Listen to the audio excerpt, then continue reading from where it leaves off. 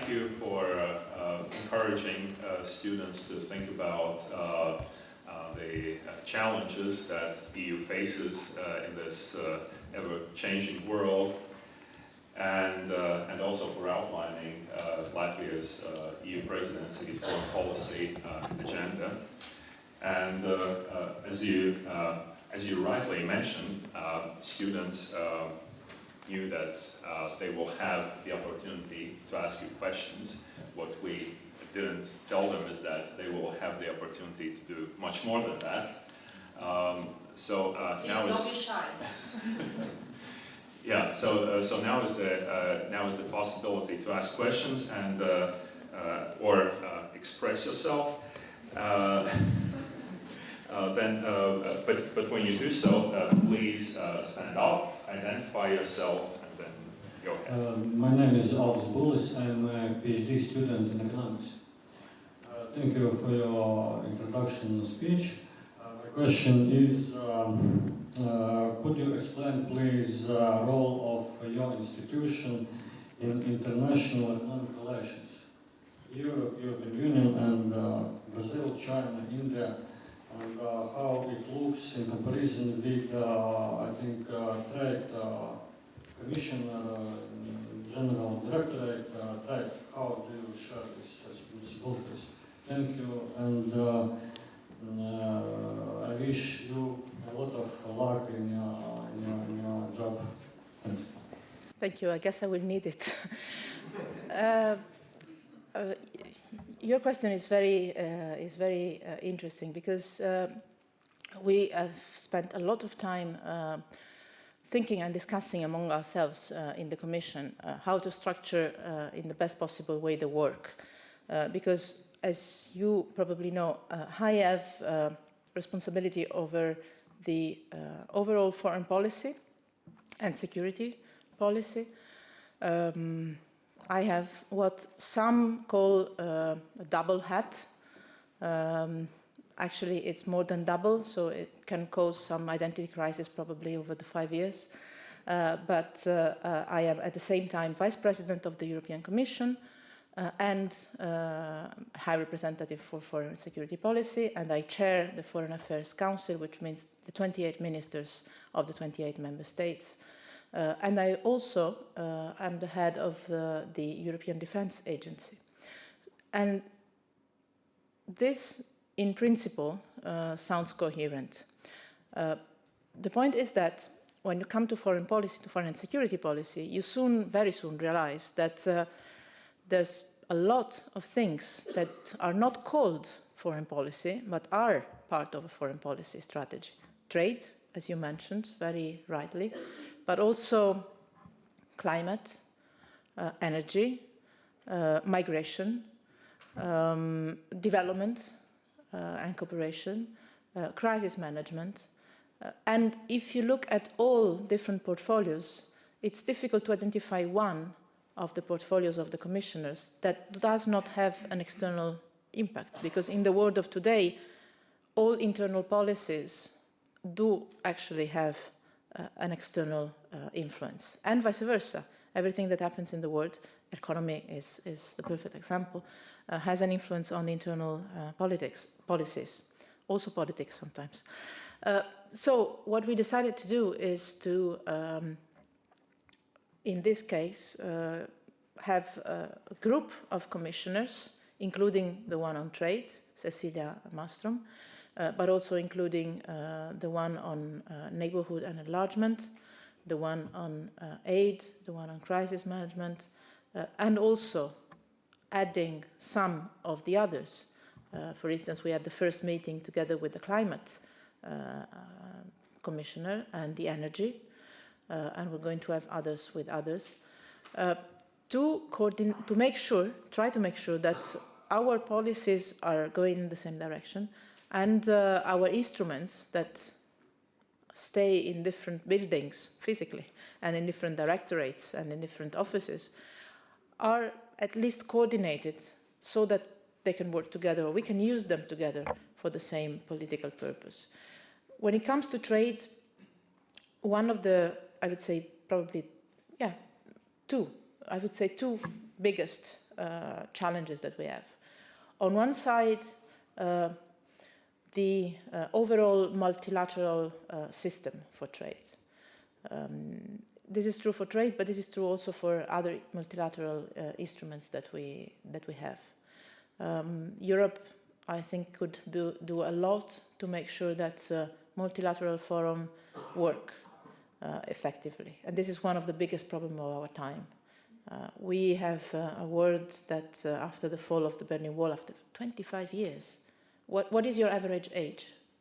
20, 23? Yeah, something like that? So before you were born. And still over your lifetime, we expected to have a world more in peace and a new world order. And we have a world that, well, it's not definitely in peace and not even in order. So probably it's time that we use the next, hopefully not 25 years, but at least 5, 6 years to contribute, to do our part, to shape an effective multilateralism. And this comes also to the European, to the economic field and the trade. Second, more specific issue that we will have on the table on trade is the acronym is TTIP. You might have heard of it if you study economy for sure. The Transatlantic Trade Agreement, which is, I believe, not only a trade agreement, but also a political tool. We have strong ties with the US as Europeans. That's out of history, that's out of common values, that's out of being part of a strategic political and military alliance, NATO. I think that if we fail in reaching a good agreement also on trade among Europeans and Americans, that would definitely be not a sign of maturity from both our side and probably also the other side of the Atlantic. So this is the thing on which we will be working the most in the coming months. It is going to be challenging because both in the European Union and in the United States, the mood not necessarily goes in that direction. But I think that it can bring a lot of economic good results and also relaunch politically a relationship that cannot be just based on history and the past, but needs to find new roots and new perspectives for the future. Thank you. And there's the next question.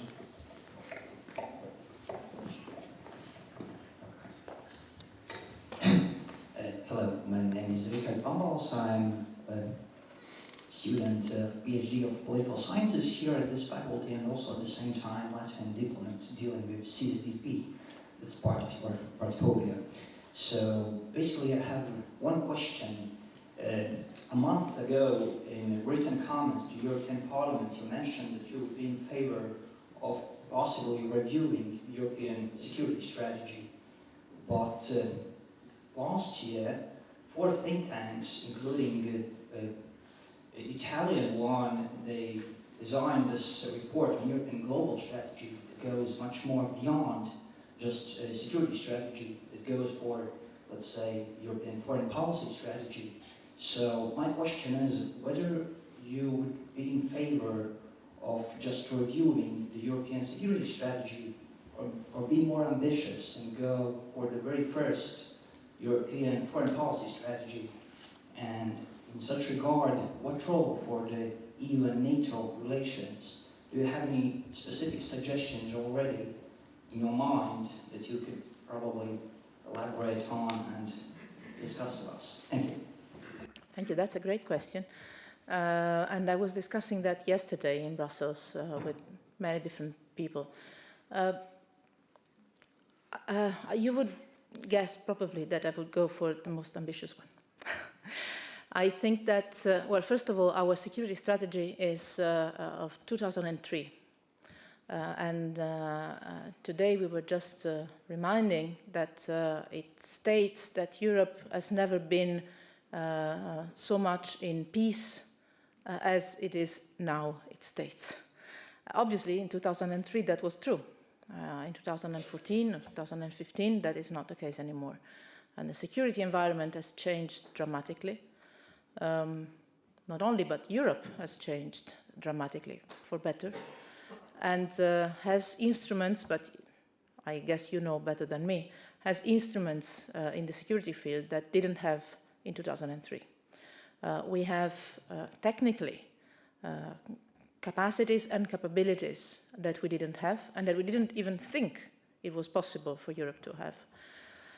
And this answers part of the question on NATO, because on one side we have 22 out of 28 member states that are the same. On both sides it's 28 and 22, it's the common ones. We share values, we share concerns, we share threats, for sure. The European Union can relate better with NATO and coordinate better with NATO. I would say there is a complementarity that could be quite natural if we structure it, if we organize it, if we start a dialogue that is not just sharing information, but what can we do together in full respect of the autonomy and the specificity of both of us. And I think there is a space for doing that in the coming years, because there is the need for doing that and the interest for doing that in the coming years.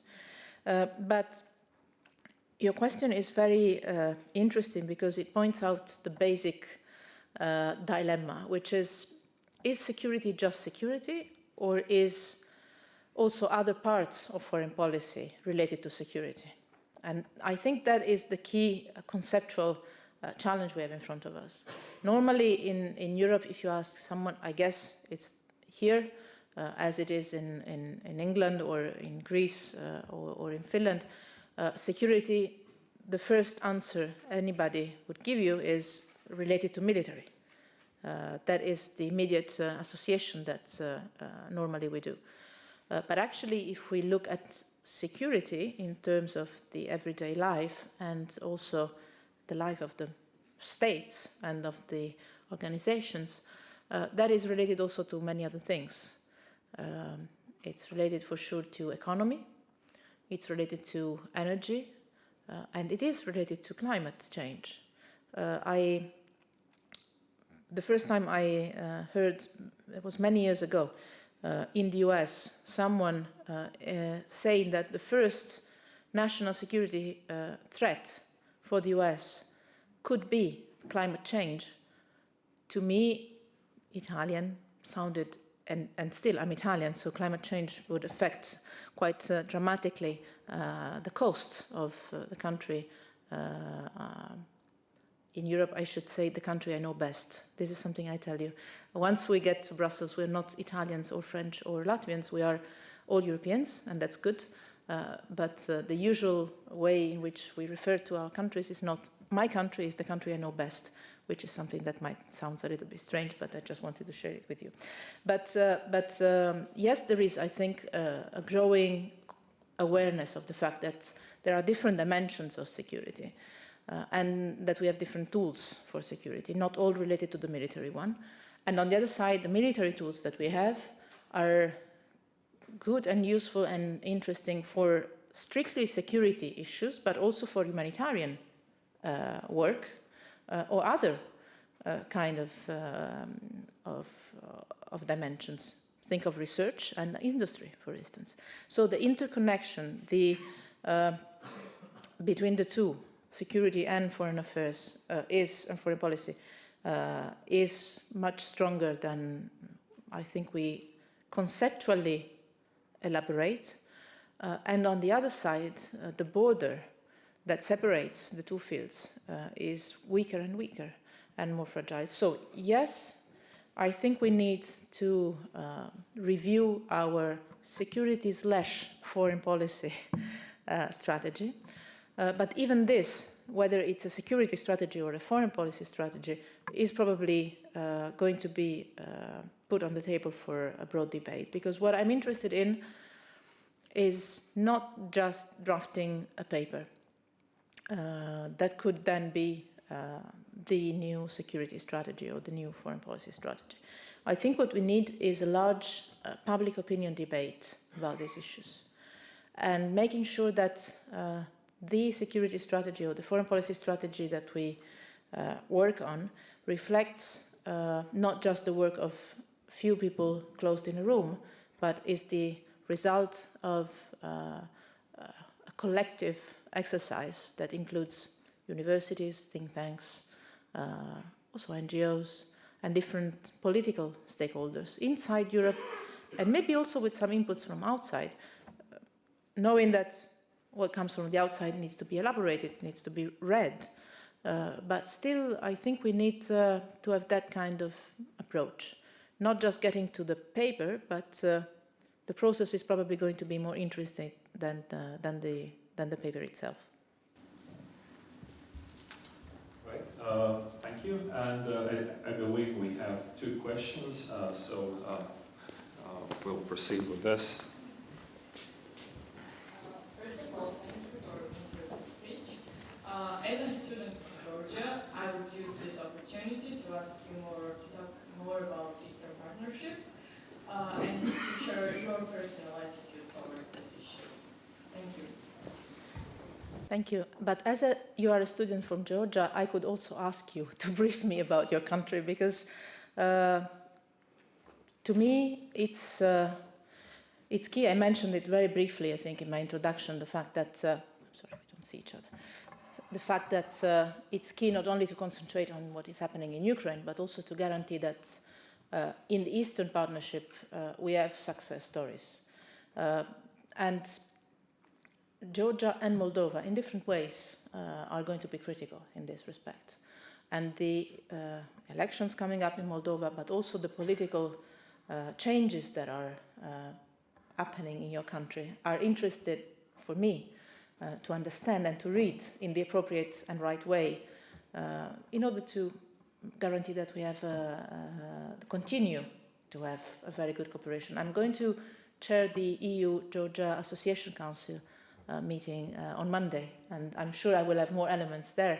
I know, I don't know if I can say that, but I think so. I know that the Latvian Foreign Minister is going to visit soon Georgia, so I have also asked to exchange ideas about what is going to be the result of his visit. But as you didn't mention in particular my position on your country, but on Eastern Partnership, we have launched, we are going to launch a complete revision of the Eastern Partnership, of the European Partnership, because that is also a little bit, let's say, outdated. The region has changed in a way that was not foreseeable some years ago.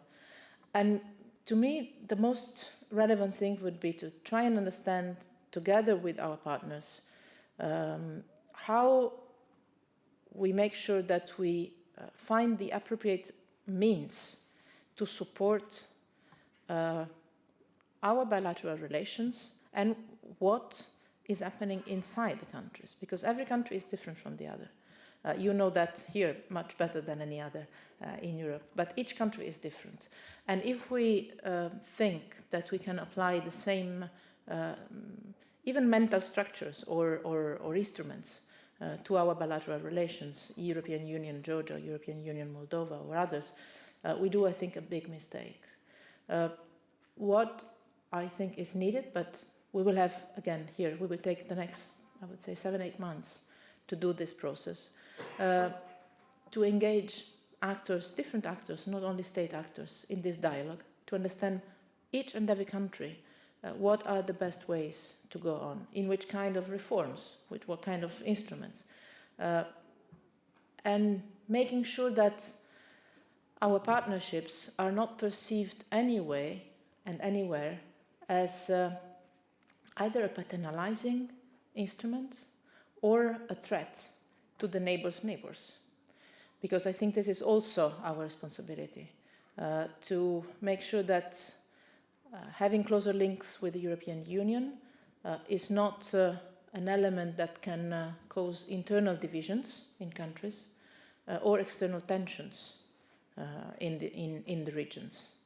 And I think the best way of understanding how to do this is with the countries themselves that are not a user of the policy, are the players of the game, as much as we are, maybe even more than the European Union is.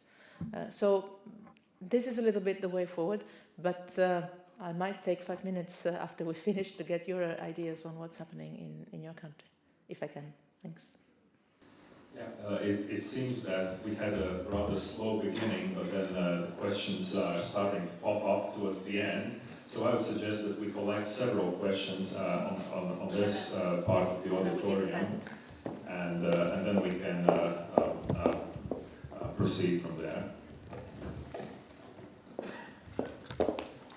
Hello, my name is Elza Akla, and I'm a master's diplomacy student in this faculty. As Professor Rostov's already mentioned, the biggest security concern for Latvia and the Baltic region right now is the situation in Ukraine. And I wanted to ask you, how do you see the possible involvement of the European Union if the crisis continues to escalate there? And maybe how do you see the possible solutions and how it's going to resolve? Thank you.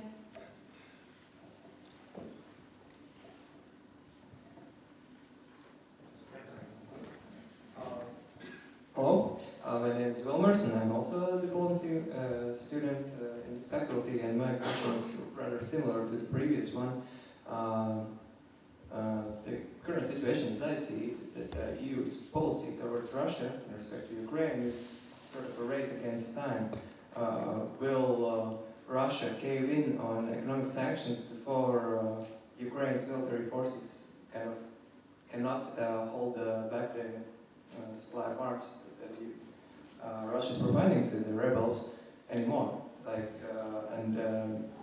My belief that Ukraine's army cannot hold indefinitely, while Russia's political reach is longer, and they can't simply cave in on these economic sanctions. So the result of this conflict, as I see, is whether either there's going to be a frozen conflict, or Russia will somehow reach its strategic goals, whether it be only Donetsk and Luhansk or also Mariupolis. But the question is this: if this is a frozen conflict, how could EU use it to its advantage, and how could the EU try to stop Russia from kind of reaching these strategic goals it has in the region? Vilmar, could you pass the microphone to your right? Hello, my name is Evgeny. I'm an exchange student from Bulgaria. I study political science. My question is regarding the Islamic State of Iraq and Levant. What is the position of the European Commission towards the situation in Iraq and in Syria? Are you planning, because a few weeks ago Recep Erdogan was here and he said that ground invasion is what has to happen. So he supports ground invasion. The UK and USA are already conducting airstrikes, so what should we expect? Because if the Baltics are concerned about Russia, we are very close to this military conflict. There are 5 sides there: the Iraqi government, Bashar Assad government, the Free Syrian Army, the Kurds, and the Islamic State. So I really want to hear what your view, because I sense that in some ways the European Union is a little bit passive on this question. So, yeah.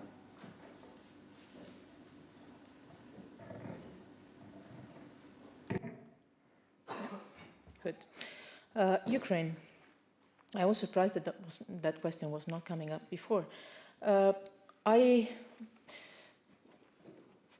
think the European Union role in this, that you described very well, a little bit a race against time, the big risk that we get to a frozen conflict, and at the same time the reality of a conflict without frozen, just conflict. And on top of that, an internal situation in Ukraine that risks to be and to get even more complicated as the energy, now we reached an agreement on gas, but still the energy sector, the economic sector is suffering quite a lot. And we might have political and social tensions out of a transition that is not easy in itself. Imagine how it, well, you know that, but how difficult it is on top of a conflict or a crisis on their own territory. So the role that the European Union could have in this, I think, is based on 3 elements.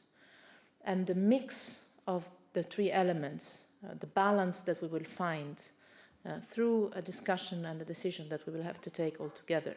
Because to me, priority number 1 is keeping the unity of the European Union, because this is part of the mix that can work, not to split and staying united. Is a mix of 3 things.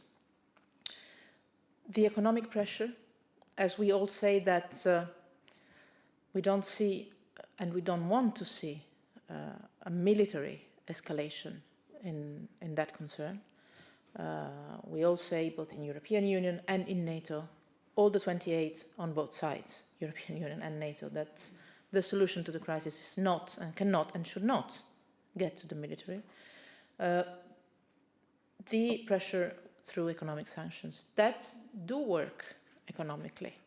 The economy in Russia is getting much worse and is affecting, the situation is affecting, I think, not only the circle of businesses, but also starting to be clear to the population in Russia. The second element of our role, of our strategy, is keeping the a political channel open. Because if you put pressure, you also have to be clear that the pressure is put in order to reach a political agreement. Otherwise, the pressure is just for the sake of pressure and doesn't lead anywhere. On the other side, keeping the political track open without putting pressure, it's difficult to imagine that you reach any kind of result. But if you study diplomacy, you know that better than me. And the third element of the strategy is something I touched upon already, is the support to Ukraine and to Ukrainian people. I say that as an element of the strategy to try and solve the crisis, because this could prevent the crisis to get worse and can also exercise a sort of attraction element. You know, this famous soft power that Europe has, and that I guess here is quite easy to feel, has been quite easy to feel before you were born, on the fact that if we manage to support a successful transition in Ukraine, this could have a more powerful effect than the political or the economic track. I strongly believe that making success stories linked to the will of peoples and governments to relate more and more to the European Union is going to be a crucial